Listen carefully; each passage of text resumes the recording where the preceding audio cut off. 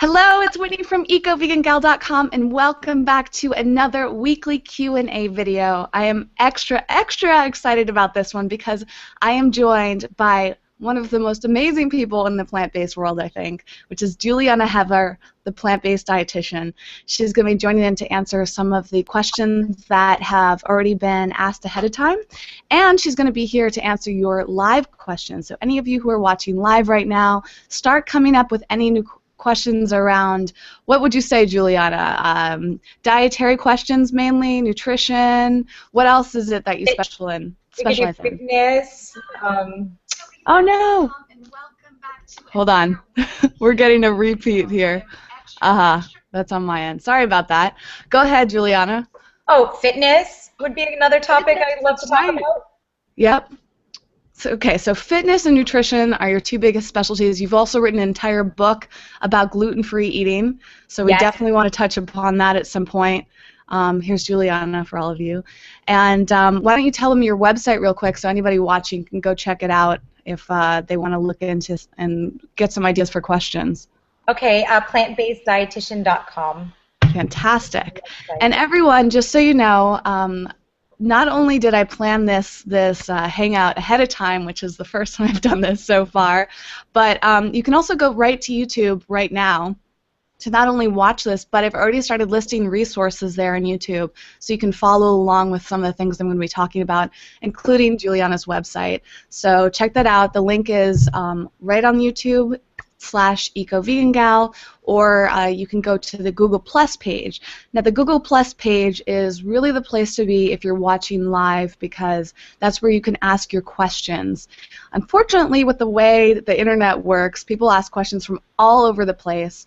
The best place is right there in Google Plus. If you haven't found that link yet, it's on my Facebook. It's also on Twitter, and it's just under the EcoVeganGal YouTube Google Plus page. Also, I have a special link through Google, which is a form that you can fill out, and it's the bit.ly link that you'll see there. So if you're watching this after the fact, if you're watching the recorded video, or if you're tuning in late, you can ask your question there, and we'll get to it next time. But there's a special Q&A segment that when you start asking questions on the Google Plus page, they pop up and I can see them, and we can get to your questions right away. So be sure to do that, and I'll mention that a few times for people who are tuning in later. A few things that I want to start off with before, as always, I have a few announcements before we jump into the meat, or the vegan meat alternative, should I say, for this video. I want to talk about what's going on with EcoVeganGal. So it's a little bit more of like a newsletter section of these videos. So first of all, I mentioned this in the last video, but I am launching an ebook soon. I'm in the middle of writing it. I'm really excited about it. It's all about how to eat healthy food without spending a lot of money. A lot of people think that eating healthy is expensive, and I want to show you all the ways that you can save money and eat really inexpensively. In fact, I was able to eat for an entire week for $5 a day, eating entirely organic foods, and I ate so well. Many people do not believe that I was able to do this. They think that I starved myself. They think that I was eating like one meal a day, but in reality I was eating 3 meals a day, really enjoying it, and had so much variety. So I want to show you how to do the same thing, since I know money is a big concern for a lot of people. So I'm really thrilled about this. There's a link in the YouTube video description field if you want to sign up for that specific newsletter, which is just dedicated to that ebook and any future ebooks that I'll be doing, so you'll be able to know when it's coming out. You can also get special discounts through signing up for that newsletter, and you can be part of helping the development process. So you can help me pick a title, you can help me find out what price is going to work best for you. It's all part of the community there. So if you want to sign up, check out the link in the YouTube description field. Speaking of newsletters, I also want to encourage you to sign up for my full newsletter. So be signing up for 2 newsletters if you're really excited about this content. And I send out a weekly newsletter, usually on the earlier side of the week. I'm still experimenting with which days work best for people. But in the newsletters, I have recipes. This week, I'm probably going to be putting up this amazing smoothie recipe that I just developed that I'm really in love with. You'll get special, exclusive discounts and deals and all of that are happening that I'm not announced in anywhere else. I'm also just kind of highlighting the things that are happening across Eco Vegan Gal. I'm on so many different social media networks, and I have the website, the YouTube videos, and if you're unable to keep track of it all, the newsletter is a great place to get kind of a digest of what's happening in the Eco Vegan Gal world, so you're always in tune with my latest information. So please sign up for that. I love that you're part of the community, and I always welcome your feedback on that. A few other things. I've talked about this in the other weekly Q&As, but the Rouxbe plant-based online course is coming up, and Julieanna's actually joining, right? Yep, I'm taking the class too. We're going to learn together. I'm so excited. Can you tell people why you're excited and why you signed up for it? Not to put you on the spot, but just from your heart. I'm totally excited because I've always been put in these positions to create recipes, and it always stresses me out because I'm not a trained chef. And people assume that dietitians are chefs. Like, people call me chef all the time, and I'm like, I'm not a chef, I'm not a chef.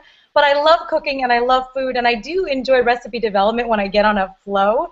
But I want to learn skills, and this is like the coolest thing because I don't have time to check out and go for a few months or a month, to leave my kids and go take a proper cooking school. And this is the first time where I've seen something that I could do from home at my pace and learn real cooking culinary skills. So I'm ecstatic, and I can't wait. It's 2 weeks from, like, less than 2 weeks we're starting. Yes, it starts on May 15th, and if you haven't heard of it yet, again, the link to it is in the YouTube description field, so check that out. So you'll be there with me and Julieanna, Jason Robel will be there, and a bunch of other people from the community are joining. It's going to be an amazing opportunity. It's a completely online plant-based cooking course. You can go at your own speed. You can take up to 6 months to complete it. So if you're really busy or you've got a lot of things going on in your life over the next 6 months, just do it whenever you want. But it's a really amazing opportunity to learn how to cook incredible food. And I've said this many times that so many of us use money as an excuse, time as an excuse, lack of knowledge as an excuse, and I feel like it's time to just cut out excuses, dedicate some time to learning, and really just heighten your skills because it's going to help you in every capacity. If you don't know how to cook, it's going to take you more time. You might be spending money that you don't need to spend on foods because you don't know what you're doing.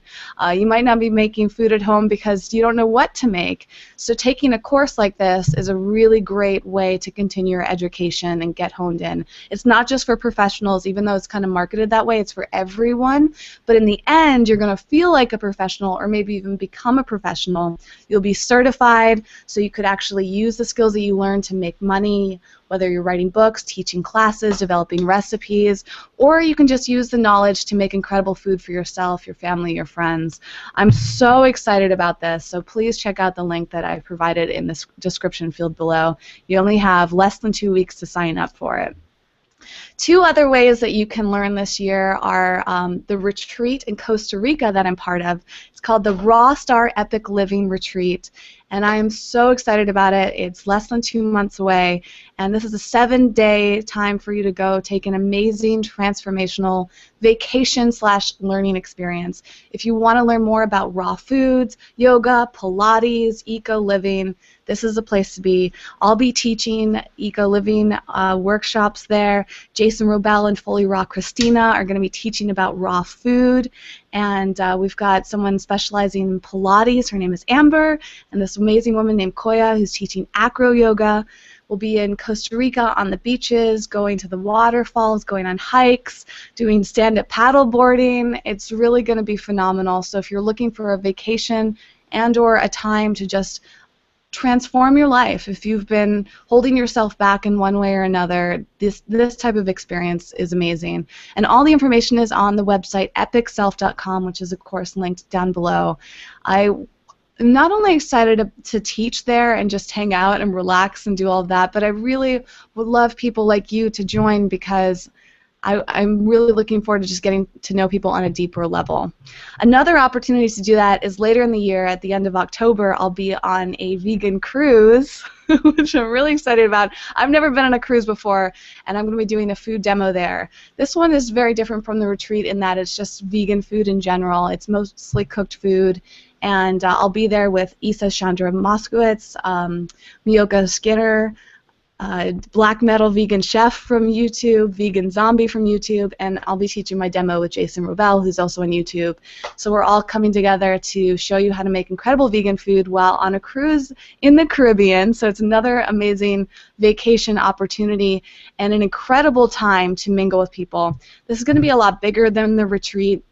There'll probably be between 200 to 400 people there, whereas the retreat will be much more intimate, 10 to 20 people. So, you know, you pick whichever one sounds most exciting to you. They're on both sides of the coast as well, which is neat, and I'm really thrilled. So if any of you are interested in joining, as I said, the links are down below. I would love, love, love to see you there and to connect with you more in person. A few other things. On ecovegangal.com, I've got some upcoming product reviews that I'm really excited about. I have an amazing team of people who are working away on book reviews and food reviews and beauty reviews and all of that. So things have been a little slow on EcoVeganGal for the past 6 months to a year, but they're kicking up. There's a lot more going on over there. So be sure to tune back into EcoVeganGal and pay attention on the EcoVeganGal social media networks, Facebook, Google+, Twitter, Instagram, all of that, where I'll be talking about these reviews if you're interested in learning more about all the amazing vegan offerings out there in the world. And those are all free, so you'll always get that free information. Speaking of products, I want to do some very mini product reviews / shout-outs right here because I know a lot of you are interested in these things. One question I get on a regular basis is what beauty products do I use? And I've got a really exciting project that I'm working on that'll come out in the next month or two that I can't wait to announce on social media and in the newsletters. That is all about eco-vegan beauty. So I've been trying to launch this for years and years, and I'm partnering up with an amazing company, and you'll get all the details on that soon. So stay tuned. You're going to hear about a lot of different products and how to eco-vegan your entire beauty and skincare and body product routine. One product, though, I want to tell you about that I'm really addicted to right now is the Avalon Organics. The lighting is making it a little hard to see, but Avalon Organics Soothing Lip Balm. This is an organic lip balm that I love so much. This is a vanilla rosemary flavor. I did a video recently about their hair products, and when they sent me their hair products, they also sent me these lip balms just to try out. And this is like one of the best ones I've ever had. You know, it's hard to find. Oh my gosh. I feel like such a jerk right now. What happened? I didn't know this had beeswax in it.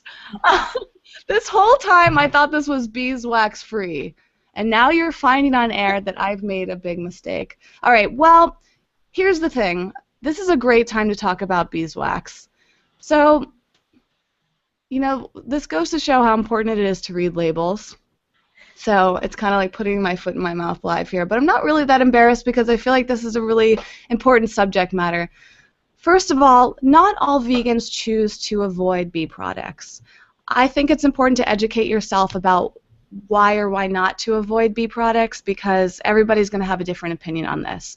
There are people that consider themselves vegans instead of vegans because they believe that bee products are still important. And case in point, it is hard to avoid bee products. Sometimes you look at an ingredient list as I did like a month ago and didn't even see this on the label, and I've been using it for a while.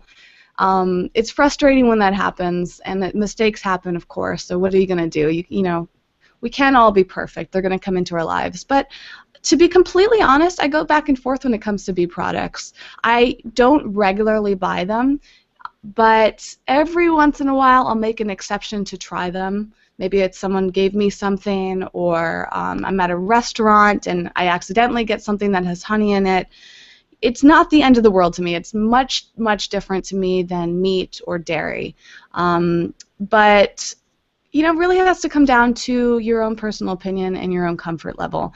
I recorded a video years ago on honey, and it has fallen by the wayside. It's like partially edited. I will get that video out as soon as possible because it explores the whole honey and bee product factor and my opinion on it, plus the research that I've done and why it may be important to avoid bee products, why it might be important to have some of them in your life.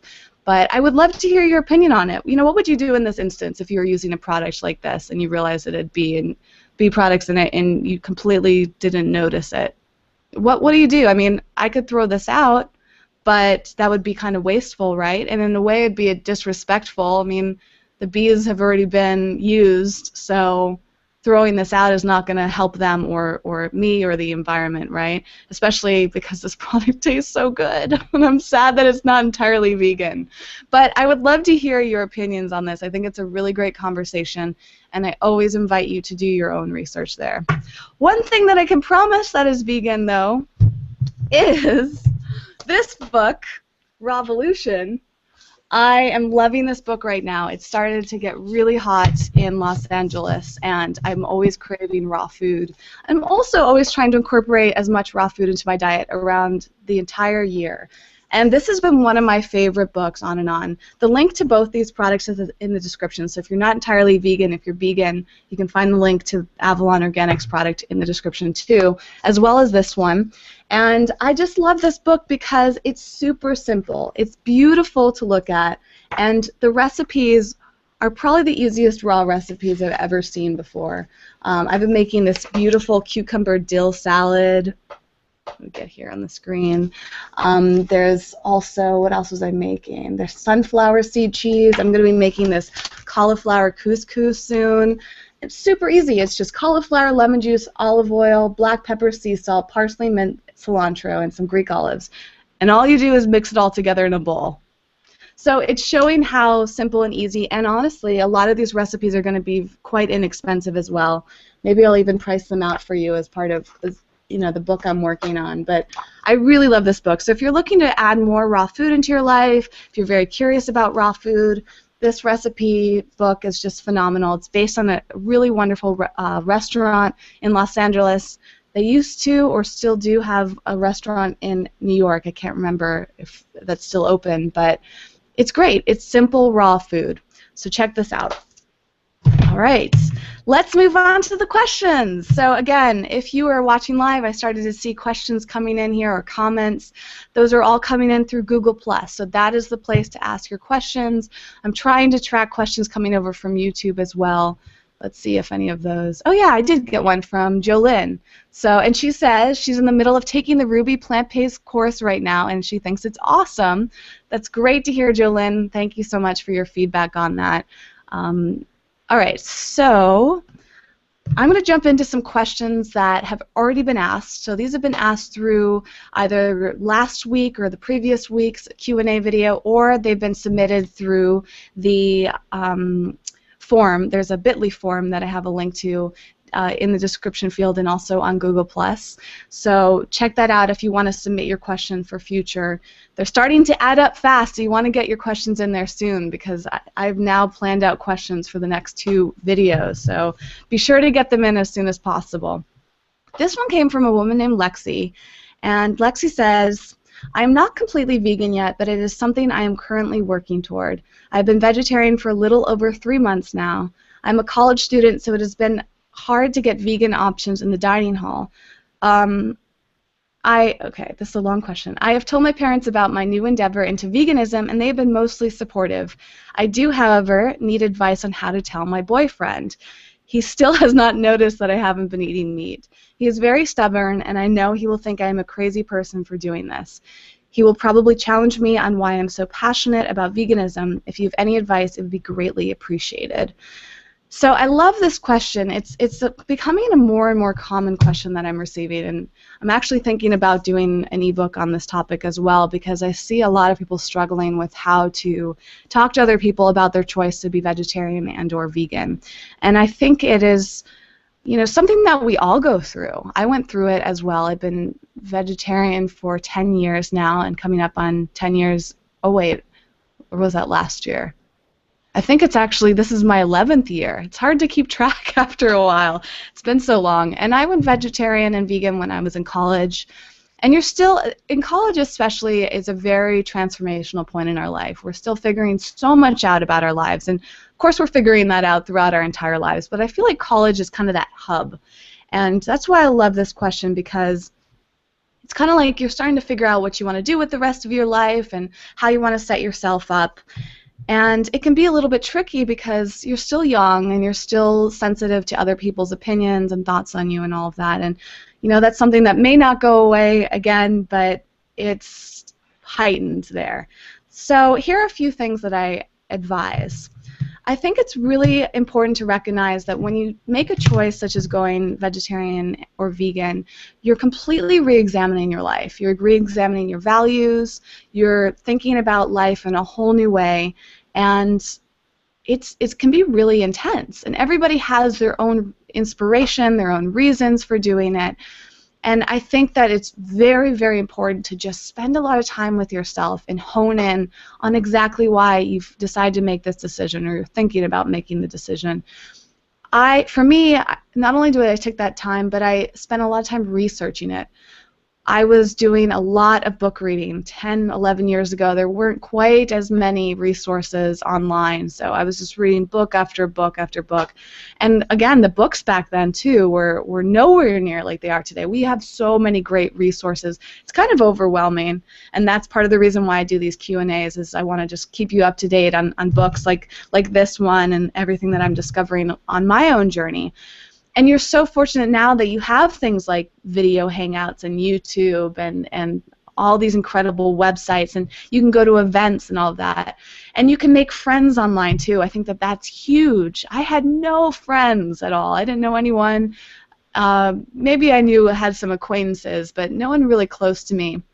And one thing that's helped me over the years and actually helped me build up Eco Vegan Gal was social media. So making friends on Twitter, Facebook, going to meetups through meetup.com, just starting to meet people in my immediate community where I lived and meeting people around the world through social media helped me out a lot because I could have conversations like this, like what can I do?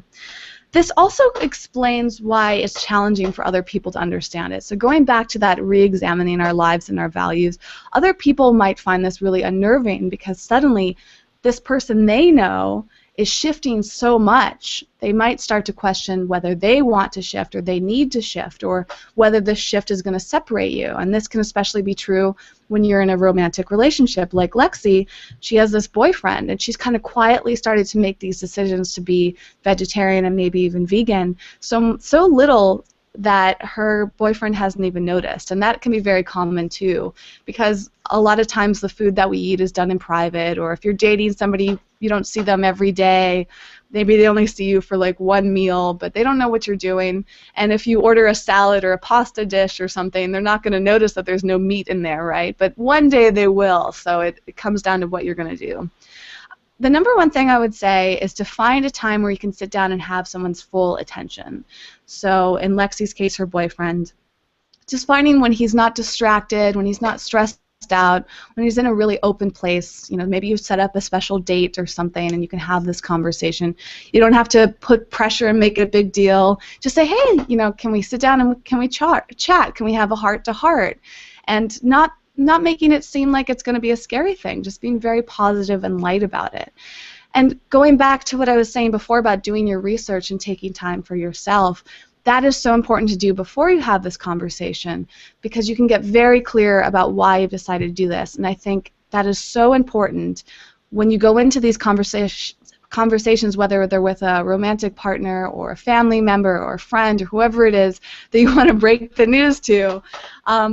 Having that clarity and that confidence is the most important thing, because if you go in feeling unsure or that the lack of confidence isn't there, it's going to make a huge impact in how they receive that information. And you don't have to be 100% sure of all the facts, you don't have to have all the knowledge off the top of your head, but the confidence I think there is really, really key. It also helps to have some bullet points, so maybe just practicing them if you want. If you want to have specific things that you want to say so it comes out easily and you don't hesitate or you don't say the wrong thing, you might want to actually practice this, or maybe if it's not too awkward, you can bring some notes with you. Just kind of being prepared as much as you can, but simply just having like 3 different bullet points that you want to say. This is why I decided, this is the research that I've done, and bringing that into the table really helps them understand why you've made that decision. I think it's also important to just let that person that you're talking to know that you still care about them, you still love them. This isn't going to change your relationship. You're just changing. You're making new changes in your life, and that's not going to necessarily shift the relationship. Maybe your mindset's going to shift, but coming back to a place of not judging somebody and just being so loving and caring despite what you're going through is really important. I think the also number one thing is that you're going to be living by example. So perhaps you do want to be vegetarian or vegan for a few weeks or whatever time frame before you talk to somebody. Then you can say, hey, I've already been doing this, and you haven't even noticed. It's been so easy. It hasn't been a big deal. I feel great. I love the food that I'm eating. I love the shifts that I'm making in my life. Then you already have that experience before you talk to somebody, and kind of already have that evidence. And if they didn't notice, and that's even better reason, because you're saying, my life hasn't changed that much. So leading by example and just showing how positively it has impacted your life is going to be probably your strongest case for why you've changed your life there. I think it's also really important to just be patient with people. They might react really strongly one way or another, and that's their thing. That's not about you. That's how they feel. That's how they're reacting to it, and just kind of letting them have their reaction. If a boyfriend wants to break up with you over this, then you don't want to be with that person. If they're going to get really angry about it, then let them be angry and you take your distance. But you might also be surprised that they have a really great response. And remember that their response one day could be completely different than their response the next day. So just kind of being patient with that whole process and waiting it out. And also knowing that at one point, you weren't vegetarian. At one point, you weren't vegan. So if you kind of have this hope that one day this person might go vegetarian or vegan themselves, you never know. And that could take them a few weeks or a few months or a few years or maybe never. But it's that patience factor there of focusing in on yourself and letting them feel and act the way that they want to or they feel they need to at the time. I think it's also important to set up boundaries. And this will come into play a lot of different ways. In fact, the next question I'm going to get to will come back to boundaries as well. But we'll get there in a moment. And lastly, vegan friends. I just told you about all the different ways to make friends online, going to meetup groups, to events. Having people that you can hang out with outside from your family members, your friends, your romantic partners, takes the weight off them so they don't feel like they have to do all this vegan stuff with you all the time or vegetarian stuff. It's like, no, I've got other people that can be my support system. I need you to be supportive in the ways that you've already been supportive of my life, and if you want to be supportive of this too, great. But if not now or ever, then I've got other people. So, you know, you can't depend on that person to be there for everything. Branching out to somebody who might be much more interested in it is probably really helpful. I also want to mention that I did kind of a parody video of this topic a few months ago called the Veggie Beat Teen Special, How to Tell Your Friends and Family That You're Vegan, and I've linked to that video down below. If you're looking for a good laugh, this was very different from most of my videos, and it's all about the process of coming out as a vegan, and it's based on the teen specials that you used to see on TV in like the 80s and 90s, so I hope you all enjoy that. The next question is very similar to this one, so I want to tie it all in. It's from someone named Kim who said, what do you do if you are interested in more and more in a natural way of eating, going without meat completely, but live with men who want to eat meat? So I don't know if Kim is talking about roommates or she's talking about family members, whoever these men may be. The answer to that is very similar to what I just said for Lexi, but I want to add on to this, and this can also apply to Lexi's question. Primarily, I think it's so important to just coexist peacefully. So however that's going to be for you, just being peaceful and mindful and considerate and respectful of other people is true for any aspect of living with other people. And just as it does with your lifestyle for the way that you eat and, you know, the natural living things that you're doing in your life, it's just being at peace with that, and also being grounded in the fact that you've made this decision and this is the way that you want to live, and it doesn't matter what other people think or what they're doing. This is about you. And I think that just makes it so much easier. This isn't about what other people are doing. This is about what you are doing, even if it's in the same house. If you have your own room, your own bed, your own bathroom, your own cabinet, whatever it may be, that is your space to put in what you want, to do what you want there, And whatever the circumstances is, I believe that you can create your own little mini sanctuary, even if it's just a little corner of a college dorm room or something. Coming back to the mention of boundaries, I think it's very important to be clear with you about what your personal boundaries are and what other people's boundaries are. And this might be in terms of physical boundaries and emotional, conversational boundaries. So physical boundaries would be, you know, is their meat or their animal products touching yours? Are you comfortable with that? Do you want them in the same cabinet? Do you want them on the same shelf in the fridge? Do you want products near each other? Leather shoes touching your non-leather shoes, whatever it may be. You have to figure out what your comfort level is and what their comfort level is. And I think the best way to do that is to be very clear about what you want, then be clear about asking for it, and just having this open dialogue and not making it feel threatening, but just making it feel easy, and this is what I want, and it's just like anything else in your living space. This also applies to your conversations, and I think it's so important, coming back to that peaceful tip there, is to have peaceful, mindful conversations and figuring out what your boundaries are in conversations and what other people's are.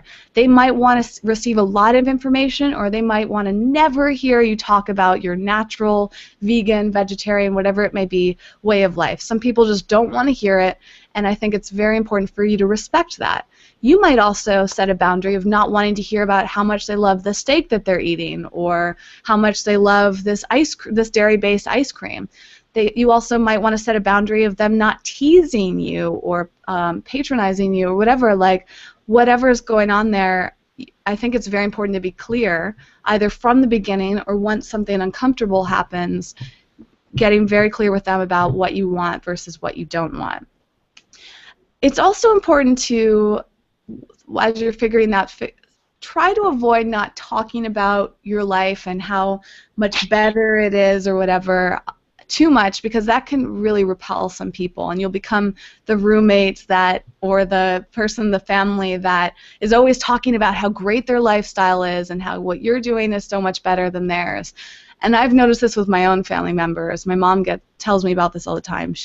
I have a habit of it. You know, I want my parents to live a healthy lifestyle too, and I find myself saying, you should buy organic, and my dad's rolling his eyes, and my mom's like, who cares? And it's frustrating to me that they don't eat organic food, but that's my decision, not theirs. So I have to find more subtle ways or less frequent ways to talk about my lifestyle, and not make it seem like I'm preaching, but that I'm educating, or, you know, it's kind of like slipping it in here and there. And one way to do that is, I've found some of the best ways is to just kind of leave it around for them to figure out on their own. So you can leave out your favorite snacks. This works almost every time. If it's a really good snack, people are going to end up snacking on it if it's in the kitchen. If you're making dinner or adding a side dish or bringing dessert, those are really nice, subtle ways. And then at the end, you can say, hey, by the way, that's organic and vegan, and they'll say, oh, this is pretty good. Putting things in the fridge, you know. One example is I helped my mom switch away from dairy by bringing in non-dairy yogurts that I loved, or creamers or milks and all of that. And she started using them because they were there, and she realized they tasted good, and she didn't really need the dairy products. And that those little subtle ways help people, and you're not forcing it on them. You're just kind of suggesting it. You could leave books around, or non-threatening pieces of literature, or maybe have a documentary running and they come into the room and start watching it with you. I feel like those are much more subtle ways to ease in that conversation there. All right, so that's my answer. And lastly, I've talked about this a few times in the videos. This book right here is a nice resource, Kitchen Divided. It's all about how to cook for semi-vegan households, and it has lots of great recipes. And again, this is in the description field down below. Okay, let's jump over to a really easy, quick question. So that last section was in the love section. I always section up the topics here based on the ecovegangal.com sections and the different sections of our lives. This next section is the look section. So it's all about your appearance. And this question came from two people that asked a very similar question, Aubrey and Maureen. Maureen's question is the one I'm going to read. What is your advice for an eco-friendly way to shave? I know there are razors made out of recycled materials, but the blades are not recyclable. I love this question because it's something even I haven't thought about enough, and by looking into this further, I'm encouraged to shift my own lifestyle. So that's one of the best things about receiving your questions here. So I've been using a company called Preserve for a long time. They're known for their recycled products, and they've got a lot of great options, toothbrushes, what else do they make? Razors. Toothbrushes and razors are the two big things, but I think they made like dishes and forks and all that stuff. But when it comes to the razor, only the razor handle is recyclable and made from recycled material, and we don't often get rid of our razor handles that much. It's really the blades, as Maureen pointed out. So I looked to my favorite resource, which is myplasticfreelife.com. Beth Terry wrote one of the most amazing eco books I've ever read about living plastic free or reducing your addiction to plastic. And she said that she uses a safety razor, so one of those old school razors that my dad used to use and many dads used to use. You can get these at antique shops, and you can get them brand new on Amazon and all sorts of different stores, linked down below for you. They can be as cheap as $10 or as expensive as $100, depending on the type. But they're made from a metal, so I don't know what type of metal they are, but you know, there's no plastic whatsoever, and she recommends this brand of blades called Persona, which is also linked down below.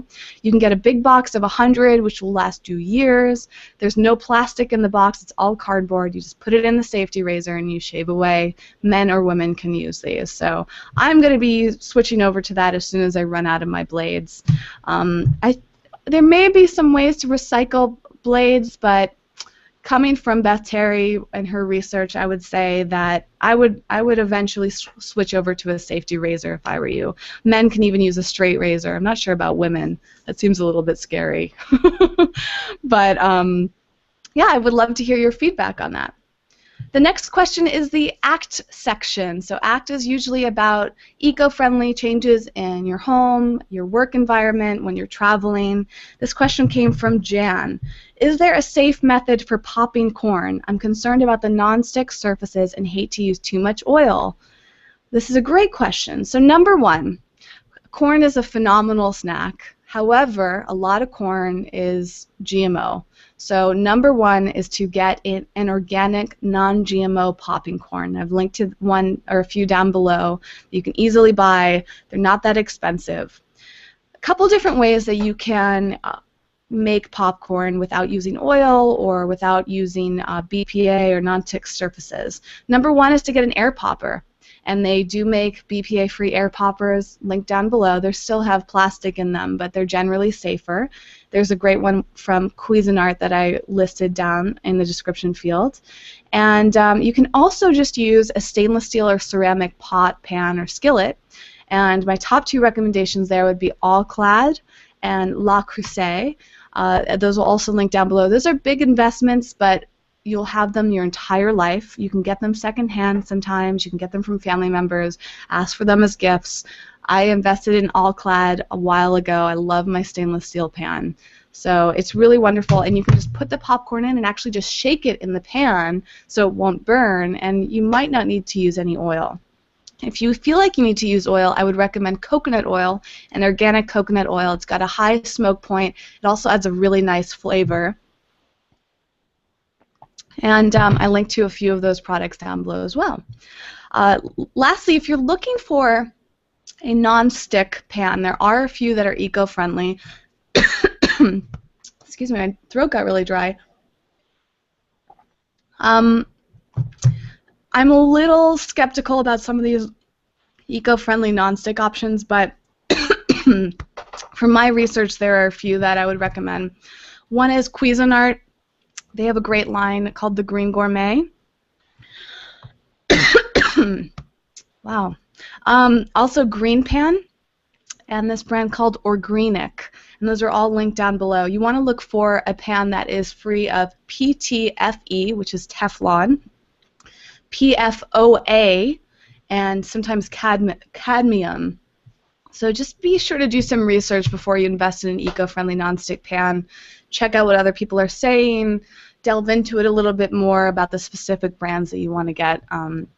So far, I haven't seen one that's, recommended across the board. Stainless steel and ceramic pans and pots, cookware in general, tend to be a really safe choice there. All right, now, Julieanna, we jump into you. I'm so excited for you to weigh in on these next questions, so I'm going to pass over these questions to you, and I'll read them out loud, and can't wait to hear your answers here.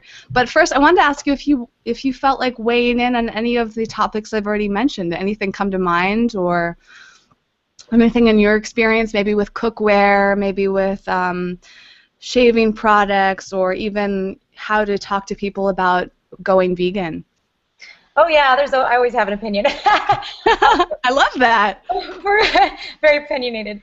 For cookware, I endorse, one of the first things I actually endorsed was a product called Extrema. It's ceramic cookware. Nice. I think that's the safest, and it is really it's great at non-stick. You can make anything and it doesn't stick. So I have a link for that on my website, and I really am a big believer, and I love their products. And also stainless steel works, but it's like to eliminate all the metals. I like that, so that's why I like the ceramic. Yeah. And I live in a mixed marriage. My husband is vegetarian and I'm vegan, so I have personal experience dealing with that. I think you said it really well with having the boundaries and knowing, I don't want animal products in my home. I don't want them in my pans and my pots. So we've come to an understanding. It's taken us years, but I think it's a journey for everyone. And people often come to me, I get messages all the time saying, how can you stand that your husband's vegetarian or whatever, and they feed my kids that stuff sometimes. And it all boils down to free will. I'm not trying to impose my beliefs on anyone else. I'm never out there trying to, make people do something that's not in their own heart, but, instead I try to role model it. I feel great, I try to show the benefits. I see it with my clients, my patients, my students. I see the benefits. And I think it just takes people, it took me many years to get to this point, and I think it's a journey for everyone, and they have to kind of follow their own path and their own journey. And as long as you know why you're doing it and you're doing it for you, that's all that matters. Mm-hmm. I love in the pleasure trap how they say, you could just like say, I'm doing it for me. It's just something I'm trying. So that it makes the other person not feel defensive. I think the only reason anyone would have a negative reaction is because it puts them on the defense just naturally. Anytime someone comes to eat with me, my friends, anyone, they're always like, oh, do you mind if I should eat healthy because I'm eating with you. And I always want people to say, it's their life, and this, here's my life, and I set my boundaries, and but I say, but this is what works for me. My mom will say, oh, don't get mad at me, but I bought a box of chocolates for my friend. I'm like, hey, it's not my body, it's not, but obviously I would love the whole world to be vegan, but I don't think that it's going to happen overnight. And I think that if we can get more people just thinking about it and eating less animal products, I think we'll have a bigger, broader reach than focusing on making everyone vegan and turning a lot of people away and being intimidated. Well said. Well said. I appreciate that perspective. On that note, how do you feel about bee products? Yeah, good question. I agree. Like I try. I don't go out of my way. I don't eat honey. I always have an alternative. I don't use bee products personally, but I was in Italy and there was this bee farm, and and they were having these amazing honeys, and I sat there and go, oh my gosh, should I try it or shouldn't I? But they had these bees, and it was supposedly like the way they had done it. Like you said, it was like a certain situation where I was like, okay, I'll try it. But I just, so I had some, I guess it was a honey last year, but I could see why to me it's very different than livestock production or dairy farming, and all that stuff. To me, it's different, but I still believe I fundamentally do not want to use animals as products, and I do my best that I can, but we're human and nobody's perfect. Sometimes we start using beeswax products without realizing it. Yeah, and that was a really good point, is that reading labels is so important, and labels are very misleading, so it's important to kind of read carefully, and and it's not always a perfect art. And I think that happens sometimes too. I'm trying to think back on this lip balm, for example. Maybe I just assumed that it was vegan because it was given to me. But the thing with bee products is a lot of people don't realize that vegans don't use bee products, or most vegans don't. So who knows? I don't even remember what went through my head when I started using this, but it is an interesting thing, and that could happen with any animal product. I mean, there are animal product ingredients that people don't even realize are animal products, you know, or animal testing or something like that. I mean, it's hard to be completely perfect, and I touched upon this in the last video. There are animal products all over our life. So do we strive to be perfect, or do we strive to be the best that we can be? You know? And I think that whole idea of trying to be perfect is intimidating to many people, and it's not really possible. Nobody's perfect. So Right. I like that happened live, and I think that's, you know, you're human. It's okay. You missed it. You know, we've all been there. Yeah, absolutely. All right, let's move into the questions, because I'm getting a flood of questions for you, which we probably won't have time to do. I don't know if you can stay a little past 3, but if not, we might just have to do another video, Julieanna, unfortunately. Let's start off with Kelly's question. So Kelly asked, if you eat just fruits and greens, are you guaranteed to lose weight? I don't understand how raw foodists can be heavy. And I'm not sure if she was speaking about someone in particular or exactly what, but maybe she was just wondering if it, you know, is it possible, is everybody going to lose weight on a raw food diet, or are some people not going to, and why or why not? There's a lot in that question, within that question. First of all, there's no guarantees to lose weight, okay, no matter what diet you go on. It all boils down to physics. You do have to have a calorie reduction to lose weight. There's no way around that. Now, if you're eating just greens and just fruit, first of all, you will be missing some key nutrients that are important for a healthy lifestyle. And what's the point of eating just greens and just fruit? Like, there are a lot of people that follow the fruitarian diet, and you can do so healthfully if you're, you know, making sure you're meeting all of your nutrient needs. But really, to lose weight, you can do that in all sorts of different ways. And the best part of a whole food plant-based diet is that you're getting the most nutrition and the least calories for the least, I always say, the most nutritional bang for your caloric buck. So, you know, if you really want to lose weight, then you need to start looking at how much you're eating and the actual calories. And a lot of raw foodists that gain weight or have a hard time losing weight, it's because they're eating a lot of calorie-dense foods like oils and too many nuts and seeds. I actually had to take a raw vegan cooking class a couple weeks ago for a film that I'm shooting, and it was really fun. But you know, it was like oil on everything, and everything was nuts, and I had one meal, and I was stuffed for the whole rest of the day. Like, it ruined dinner. But you know, it's very heavy foods. It can be very heavy foods, and you know, instead of being like, you know, needing to be raw 100%, it's okay to include maybe like one serving of cooked legumes, or maybe just letting go of the oils, because oils are, you know, the most intensive source of calories with the least amount of nutrition and no fiber and all that. So that's an easy way to cut calories. So if you want to ask how to lose weight, I wouldn't say go just eat greens and fruit, but you know, I would say eat a varied whole food plant-based diet with plenty of raw fresh foods, you know, whole grains, legumes. And if you're asking, can I be raw and lose weight, I would say yes, you can do that too. Make sure you're getting a wide variety of foods. Make sure you're doing sprouted legumes and, you know, about an ounce of nuts a day and seeds, so you're getting your healthy fats as well, but without the concentrated oils. And another component to weight loss that is often not discussed but really important, well, two things. First is the behavioral components, you know, like habits, building habits. And I'm working with a startup right now on habit-based coaching that we're about to launch next month, and we're very excited. Cool. But it's all about making habits, because if you can do something every day, that's the only way to make substantial changes for life. And weight loss, that's what we're focusing on. It requires behavioral change. One of those behaviors that I find to be one of the most crucial that I've noticed very beneficial with my clients is eating only when you're truly hungry. And it sounds so obvious, but so many people eat for so many other reasons besides true hunger, as in, you know, oh, it's time for breakfast, I have to eat, even though they're not hungry, or it's, you know, I'm supposed to eat every 2 hours to keep my fuel, you know, my furnace fueled and all that. So there are all these different reasons that people eat that are not proactive in terms of losing weight. If you can really tune into your inner signals and eat only when you're truly hungry and stop when you feel good, that could be leaps and bounds the best habit you can create for long-term sustainable weight loss.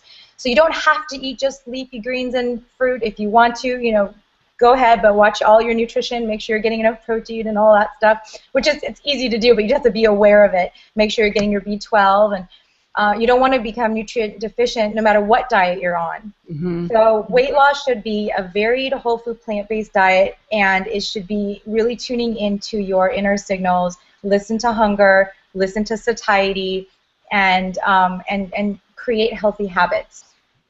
Awesome. Awesome. I love that answer. That was so great. And somebody else, at least one other person, asked about weight loss while we were talking, so I hope that answers Vanessa's question as well. Thank you so much.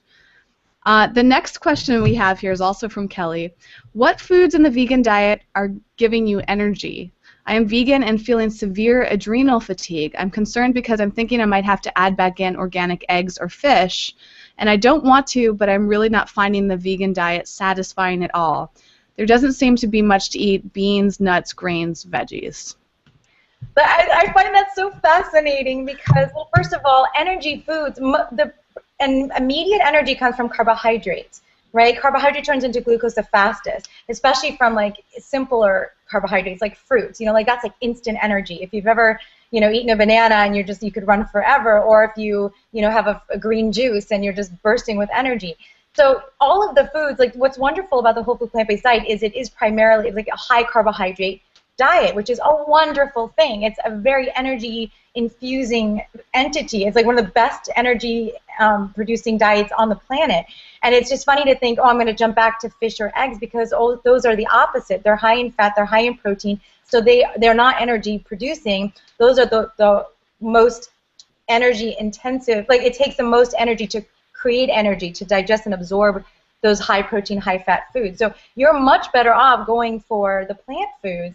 So I would be really curious, like what I love about when people come to me as a client, I make them keep a food journal, a very detailed food journal, and I need to see good 4 or 5 days, because, you know, you could say, oh no, I eat really healthy, or oh, I can't understand why I can't lose weight, or I have low energy. Well, what are you eating? She could not be perhaps eating enough calories. She could perhaps be eating too high protein and trying to, you know, convert a vegan diet into the standard American diet, but with plants. That happens a lot too. Is she eating a lot of processed foods? You know, there's a lot of questions that it's not as simple as not on the surface that we'd have to dig in to find out what's going on specifically for her. But adrenal fatigue and low energy is not a side effect of a whole food plant-based diet. It's something that's going awry with the actual components of what she's actually eating. And you know, if you want to send us your actual details of what you think, or just like a day of a journal, we could maybe look at it, but I don't know if we'll be able to do that here. But a whole food plant-based diet, I see everyone, one of the best side effects is a boost in energy.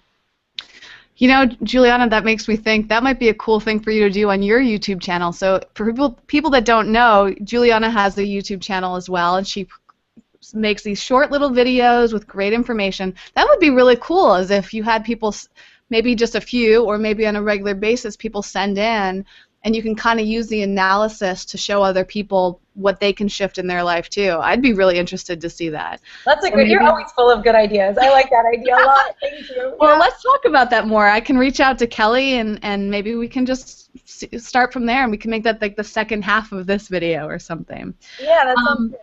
Some of my favorite... oh, wait, and can I just go back really quickly? Yeah, of course. That's about the variety. I knew I was forgetting a big part of that. Okay, yeah. There's not much to eat, but oh my gosh, so my homework for her is to go, and for everyone, is to go online, and there are thousands now. Like, this is the time to go vegan. There are thousands, infinite recipes out there online, in cookbooks, like the one you showed. There are literally just thousands of variety, like of ways of putting together vegetables, fruits, whole grains, legumes, nuts, and seeds. And the flavors are limitless. You know, Indian cuisine and Mexican cuisine, and you know, Ethiopian cuisine. Those are Thai. There's like a world of delicious whole plant food cuisine, and herbs and spices make things amazing. Like, I feel like there's just not enough days Just not enough meals to fill all of the options. I like there's so many delicious foods out there. So I think just broaden your scope and ask questions and go on websites like ours, and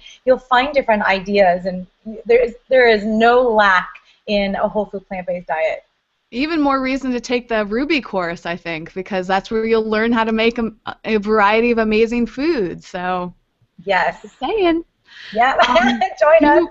I wanted to mention some of my favorite energizing foods and hear yours as well, Julieanna. For me, it's almonds, oatmeal, leafy greens, drinking lots of water, and fruits are great, various fruits, as you mentioned, like bananas. I also love green juices, so combining a bunch of those or green smoothies are amazing for energy. To me, green juice or a green smoothie is my alternative to coffee.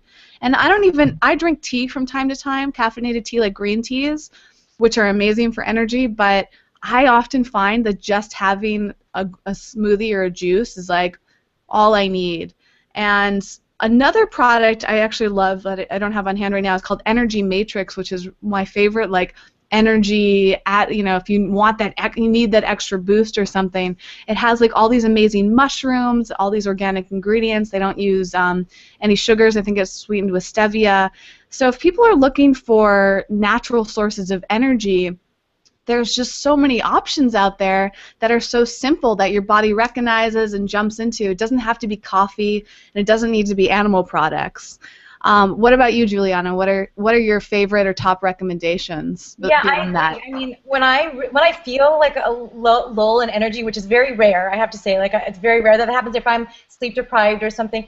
I have either a green juice or a green smoothie, and it's like, you feel it going into your veins, and it's just like, it's so much more powerful than coffee because, although, I mean, there's nothing wrong with coffee. I like coffee too sometimes. But it's like this real energy that just exudes, and you feel empowered, and it's exciting. But I mean, really, like, I ran a marathon once many years ago, but, bananas were amazing. And I know people that run ultra marathons on dates and water and coconut water. And so fruit, my go-to food always is kale. Like, I love leafy greens and everything. So if I just want, I mean, honestly, all whole plant foods are completely energizing. Yeah. Fantastic. See? It's just a matter of finding out what works for you and getting that variety. And like you said, Julieanna, it could be so many different aspects of your life, and there's probably not just one simple solution for everyone. So even more reason to use Julieanna as a resource. She's got, what do you have, 2 books now? I just finished my 3rd manuscript. Wow, congratulations. Thank you. I'm going to be starting the editing process hopefully soon, but it's coming out in January. But yes, I have the Complete Idiot's Guide to Plant-Based Nutrition. So that is like all the hows and whys of eating a whole food plant-based diet. And then I did the Complete Idiot's Guide to, right there, gluten-free vegan cooking with Beverly Lynn Bennett. And that's all gluten-free vegan, and I have all oil-free options in most recipes. And yes, and my 3rd book is, I'm going to announce the title since it's already on Amazon, so I have to start talking about it. I've been putting it off, but it's called The Vegetarian Diet, and it's about why the Mediterranean diet is considered gold standard. And I literally went from ancient Greece until the future, talking about why it's whole food plant-based and how we get back to it in a whole food plant-based style. So it's basically putting all of nutrition into historical and global context, and I've literally put my heart and soul into this book, so I'm excited for it to come out. See, I mean, you really are an expert on this, and I love the historical standpoint too, because that comes up a lot of, well, we need to do what our ancestors did, but we can either modify what they did, or we could find out that a lot of our ancestors did eat a lot of plant-based foods, which is something that I'm completely blanking on his name, who wrote the starch diet. McDougall, Dr. McDougall. Yeah, I mean, he talked a lot about this as well, about what he's discovered from historical research and in regards to the plant-based diet. It's really fascinating. So I think it's really important to read books like yours and or even just watch your videos or your Facebook posts or whatever. You can learn so much and realize that it's a lot easier and more natural than a lot of people want to give it credit. We're already at 3 o'clock. Oh my gosh! I know, it's nuts. But I want to squeeze in this last question, and then will you have like maybe 15 more minutes? I can stay 15 more minutes. Okay. Yes, definitely. I hope everyone else is all right with that too. There's just so much to discuss in these videos. And I also want to remind people that if you're watching the recording, I should have said this at the beginning, but you can always skip forward to different sections. Once this is recorded, you can actually look in the description field and click on the different parts to go to a specific segment, and even share a segment with somebody as well. So the last question that I have prepared here is from Tatiana, and she asked, eating vegan about 95% of the time, I realize that my body has bad reactions to soy and tofu. So tofu is soy. How do you know, how did you know you couldn't eat it, and how was your body reacting? My quick answer to that, and I have a whole video on this which I'll link to down below as well. It was really, I mean, when I first went vegan, my stomach was upset all the time. I even went to a specialist thinking something was wrong with me, and he was like, it's probably the soy. And it took me years to cut soy out of my diet, but once I did, my stomach has been in much better shape. So for me, it was more of a digestion issue. I still have soy from time to time, but my body just doesn't react well to it. And I also got a little nervous about soy due to the GMO issue. So when I do eat soy, I make sure it's non-GMO and I make sure it's organic. I'll have things like tempeh, which is a fermented soy. I find that easier to digest. And sometimes I'll have natto, which is a really amazing form of soy as well. But I personally keep it to a minimum and feel much better, and that was purely just through experimentation. I would love to hear your thoughts on this, Julieanna, from a dietitian's perspective. Yeah, I think that you described it exactly right. I had the same thing with gluten. I mean, I just was always feeling miserable when I had gluten, like bowled over in pain, emergency room pain, and nobody asked me what it was. And it took me years, like 20 years, to finally figure out, oh my gosh, every time I have a bowl of pasta, I feel like I'm going to die. Maybe it's the pasta. So, but I think the same thing with soy or whatever your personal allergies are. But first of all, I have a video on is soy safe, because for the general population, soy is absolutely safe. I agree. Choose non-GMO, organic, or at least non-GMO verified if you're going to do soy. But it's absolutely safe for most of the population. If you respond, you will know. And I think anytime you're having any kind of symptoms, if it's gastrointestinal symptoms like bloating, gas, constipation, anything, or if you're having fatigue or you're having just things that are new, like noticeable, that are different, that you don't feel right, can't recommend keeping a food journal highly enough. Keep a very detailed food journal. Write down every single thing you're eating and symptoms on the side. Like put on the side after you ate, say you had a bowl of, wheat pasta, and you have this horrible pain in your stomach, right? Pain. And then after, it may not be so obvious. That's why I'm saying this, because it took me 20 years. After a certain amount of time, either go to a dietitian like me, like that's what I do. I help people diagnose if they have an intolerance or an allergy. If it doesn't pop right out at you, but you can just document it, and you'll be able to isolate it by patterns. It basically just goes through. You'll notice a pattern after time, and sometimes it takes weeks and weeks and weeks, and that's okay. The extreme version of this is you can do an elimination diet, but it is very extreme, where you're cutting out all potential allergenic foods, and you end up with like brown rice and like a couple other foods that you eat for a good week or two, and then you start adding in one food group at a time and seeing if you react. But that's extremely difficult, extremely inconvenient, and I only recommend that for people that are having serious issues. A lot of people recommend, if you are having multiple allergens, to do like a fast, but I would do the supervised with a physician, like a water fast. And so you're basically getting a restart, and you're cleansing your body, and then you can start reintroducing foods back. And sometimes that can actually get rid of an allergy or intolerance too for some people if you really do it the right way. But that I definitely recommend using physician supervised under those conditions. So there's different ways to do it. The easiest is I would start with a food journal and document your symptoms, and be really, like, study your body, study yourself, and study your reactions to foods. Awesome. I think that's so important, and it kind of shows that not everybody is going to react poorly to soy. I mean, I might be in the minority there, and I focus on soy-free products through Eco Vegan Gal because other people I know want to be soy-free. And you can be, you can have a soy-free diet and not be sensitive to it just as a choice, and then add in soy whenever you feel like it. Having that flexibility is really nice as well. But I feel like a lot of people have one food sensitivity or another, and they just don't realize it. So that journal advice is awesome. And I hope that everybody watching spends a few days trying that out and seeing if they notice any patterns there. So we have 10 more minutes with Julieanna, so I want to jump into some of the questions that are coming over from Google+. And I apologize to anyone whose questions we don't get. There's so many here. Thank you guys for your activity. And I promise we will answer them one way or another, maybe not in this video, but perhaps on social media or next week or another time that Julieanna can join us. We will find a way to get these questions answered. We'll start off, it's actually really cool with the system. People can vote up questions, and the number one question voted up is from Victor. And Victor asked, how important is B12? Is it essential daily, a couple times a month? The information regarding B12 is a bit all over the place, and of course as vegans that's something we are always hit with. So since we want to answer these questions as quickly as possible, I think just focusing in on how often you should take it and what your favorite sources are for it, Julieanna.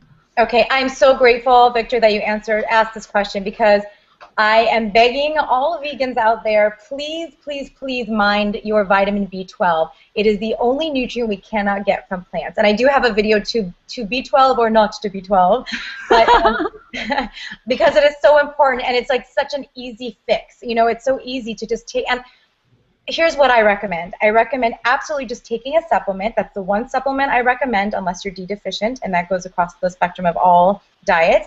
But if you are vegan and you're not eating any animal products, the real reliable source of B12 is a supplement. So get either methylcobalamin or cyanocobalamin. It'll just say vitamin B12.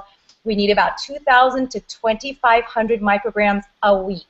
Now, you can break that up into different ways. Jack Norris has a link on a little graph that I actually put in my book too on how to break it up. But really, it doesn't have to be that crazy of a science. Like, it doesn't have to be that difficult.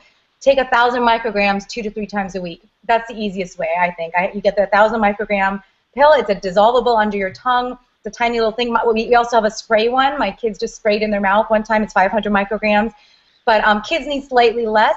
The good news is it's water soluble. So this is one nutrient that you can't easily overdo. In fact, it's not even reported to have a high, overdose of B12. Not that I'm daring you to try to find out, just but you really, if you take 2,000 to 2,500 micrograms a week, you will be covered. And I highly recommend that you do, because it's not worth the irreversible neurological damage. We're seeing a lot of B12 deficiency in vegans because you're not going to get it. And what's so interesting is it'll stay and linger in your body for a long time, for years sometimes, and you won't see the effects of it. Like the blood work will compensate for it. So it's not worth it. Just take a pill.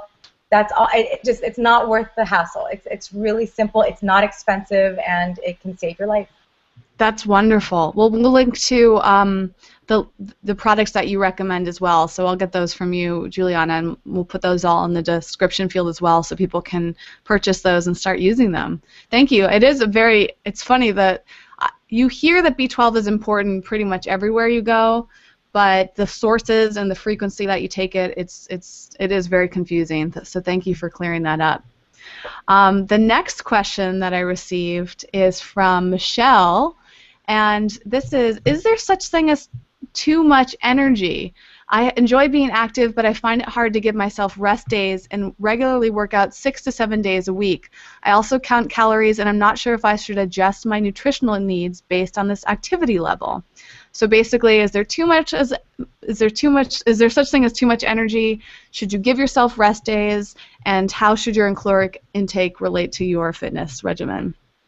Well, too much energy, if it's natural, I can't imagine why that would be too much. Like, if it's artificial and you're taking stimulants to get the energy, that's a different story. But if you're feeling lots of energy, I think that's fantastic. You mean energy as in energy, not as in calories, right? I'm assuming. She's saying, is there such thing as too much exercise? I meant to say. Oh, exercise. Yeah, I'm sorry. yeah. Sorry. Yes, of course, there's such thing as too much of everything. Everything in extreme is a risk. So moderation, but you could work out every day. Absolutely. You just switch up what you're doing. If you think about how Olympic athletes or serious athletes train, they train for hours a day. So working out for an hour or two a day doesn't even compare to that. As long as you're mixing it up. Now, you'll notice if it's too much exercise if you have an injury. Like, that's like a sign, or if you're feeling depleted or fatigued. look for signs in your body. Your body will tell you what's too much and what's not enough on the other side of that. So I recommend, I work out almost every day when I can. Unless I'm flying or unable to, I need to work out as often as possible because it feels energy and it feels great. But just like don't do the same things every single day. So if you just mix it up, and then you will avoid injury that way. And if you're also incorporating all forms of fitness, the cardiovascular, the strength training, the flexibility, the balance, and all of that, if you work all of those different elements, you will prevent injuries. And that's the number one reason people are afraid of exercising too much, is for injuries. But most people exercise not enough, and most of us are way too sedentary. And sitting for 23 and a half hours a day and exercising for half an hour is not enough. So we need more activity, more formal exercise, and more everyday activity as well. And there's another part of that question that so besides too much exercise and... it was about getting enough calories when you're working out a lot. Well, again, let your body be the guide. Don't overeat, but don't undereat as well. Like, eat enough where you feel like when you're hungry, you're eating, and you're fueling yourself properly. You'll notice if you're not eating enough, if you're tired, if you're not recovering from your workouts appropriately, like if you're not, if you're getting sore and it's lasting, that's a sign that you may be under eating or not eating the right amount, the right types of foods. But essentially, listen to your body and let it be the guide. If you're maintaining your weight, then that's a good thing, unless you're trying to lose or gain. But if you're maintaining your weight, that means you're replacing your energy at the appropriate levels. But if you're trying to lose weight, really the weight loss and weight gain can be played with a lot with both food and exercise. So if you want to make sure you're not eating too much, then make sure you're not gaining weight, and make sure that you're feeling good. So let your body be the guide, because it knows more than any expert out there. Fantastic. Do you want to answer one last question? One last question. Let's do it. Okay. So I'll let you choose the topic. So we have one about main sources for protein for building muscle, one about favorite gluten-free breads, another one about potassium sorbate in food. Let's do protein, because everyone always wants to know about protein. Good. Let's do it. Okay. Well, so Rosie asked, what would you say are the main sources to get protein from to build some muscle, especially for women? Okay, well, first of all, you don't build muscle with protein. You build muscle with resistance exercise, and then the protein replenishes what you lose during that exercise. So resistance exercise is about breaking down the muscle tissue, and then you eat a healthy diet to replenish that tissue and build it up stronger and thicker, first of all. Second of all, plant-based protein sources. Basically, you can't not get enough protein on a whole food plant-based diet unless you're eating only refined processed foods. But foods that are super loaded with protein include beans. Those are my favorite. Lentils and all legumes, beans, lentils, and peas. Then there's nuts and seeds are loaded with protein. And then if you are doing soy, there's the organic soy protein sources like tempeh and tofu. And soy milk, those have a lot of protein in them as well. And leafy greens have up to about 43% of their calories from protein. Essentially, if you eat enough whole plant foods to fill the amount of calories that you require, you're going to get just the right amount of protein. And I love to dispel the myth that it's not about getting more protein. It's just because something is good doesn't mean more is better. You just want to get enough. And we only need about 10 to 12% of our calories to come from protein to sustain not only our normal function, but also muscle growth and development. So, just making sure you're eating a wide variety of those whole plant foods. I recommend beans for a million reasons, and that is one of them, but also the fiber and all these other wonderful phytochemicals that come in beans, and leafy greens, and those are my favorite sources. But there's also, seeds are one of the most packed, dense with protein too, like hemp seeds, chia seeds, flax seeds. Those are wonderful sources of protein as well. So just eat a whole food, plant-based diet, lots of variety, exercise with resistance to build up more muscle, and eat enough calories to support that, and you'll be good. You'll be golden. I love that. That's a very nice, concise answer. You can tell that Julieanna has answered these questions before and done her research because you're just so straight to the point and confident about it, and you're such an amazing person to go to, but also a role model for how vibrant the plant-based lifestyle can be. So thank you so much for offering that perspective. Tell people how they can find you since we're wrapping up now. What's your website, your YouTube? Tell them all the different things that you're working on right now. Thank you so much, Whitney, first of all. Okay, I am at plantbaseddietitian.com. That is my website. And I'm Plant-Based Dietitian on Facebook. And I'm Her Facebook page is, can I just say that your Facebook page is like extraordinary? Like when you guys see not only how many followers she has, but how incredible her content is, it's remarkable, and I really value what you're doing there on Facebook. Thank you, Whitney. And you're the one that made my cover. That's true. We've worked together. Yeah, you helped me with that cover. Yes, I love Facebook. So, and come talk to me on Facebook. I'm always answering questions, and I love having questions and content to answer. I want to be here as a resource. So definitely find me on Facebook, Plant-Based Dietitian, and then Twitter too. I love answering questions on Twitter, and I see everything, and I try to put it together and answer the most amount, like the most common questions as often as possible. I get a lot of questions, which I'm glad. Bring them on. Yeah. So I'm on Twitter as Plant Dietitian. I'm on YouTube also as Plant Dietitian. And Google, I think, is my name, and Instagram is my name, Julieanna Hever. Yeah. But I'm out there, I'm listening, and I'm grateful for support, and I'm grateful for your questions, and I'm grateful for the curiosity about living a whole food plant-based diet, because it is amazing, and in my opinion, and in the science from what I've seen, and I've really dug in, it is the most perfect diet. Do you have a newsletter? I'm not sure. We've talked about this. I've got to get a newsletter going. I was writing my book, and it is something in my queue of things to do. Okay, I'm going to get on you about that. I blog. So if you sign up on my website for whenever I post, you can get my blogs. And we've already mentioned her books, but she does have some great books like this one. She's got a third one coming out, and Here's my other one. Where's the other one? Your Idiot's Guide to Plant-Based Nutrition. That is like, I don't even know why I don't have that one, but that seems like a great book to have on your bookshelf and to read. It's got all the answers on hows and whys. And that's awesome. Thank you so much for being here today. This was just, I mean, as everyone I'm sure saw, Julieanna's knowledge and passion is so amazing and such a great resource. So hopefully, I would love to hear from anybody watching live or the recorded video. Did you love it? So many people have stayed with us throughout the entire time, so I know at least some of you enjoyed this, even though we ran long. So give me your feedback, and you can tell Julieanna directly if you want her to come back and answer more questions on these videos, because I know I would love her to do that.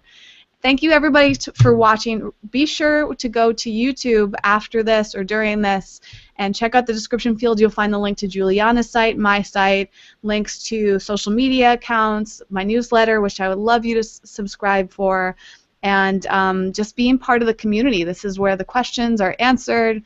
This is how we all support one another.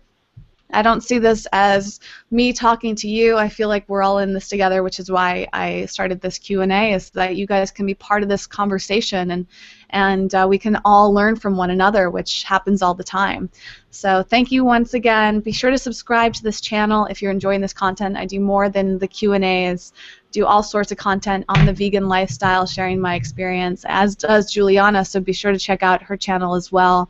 And I'll see you next Saturday, and who knows, maybe Julieanna will be with me. We'll have to see. She's a busy woman. She's a mother, which is amazing with everything that she does. So anybody that says they can't do things because they're a mom, Julieanna is a phenomenal example and a role model for, you know, how to live an amazing life while being busy with a family. So thanks for that too. Thank you for having me. It was really nice to be with you here. Well, my pleasure.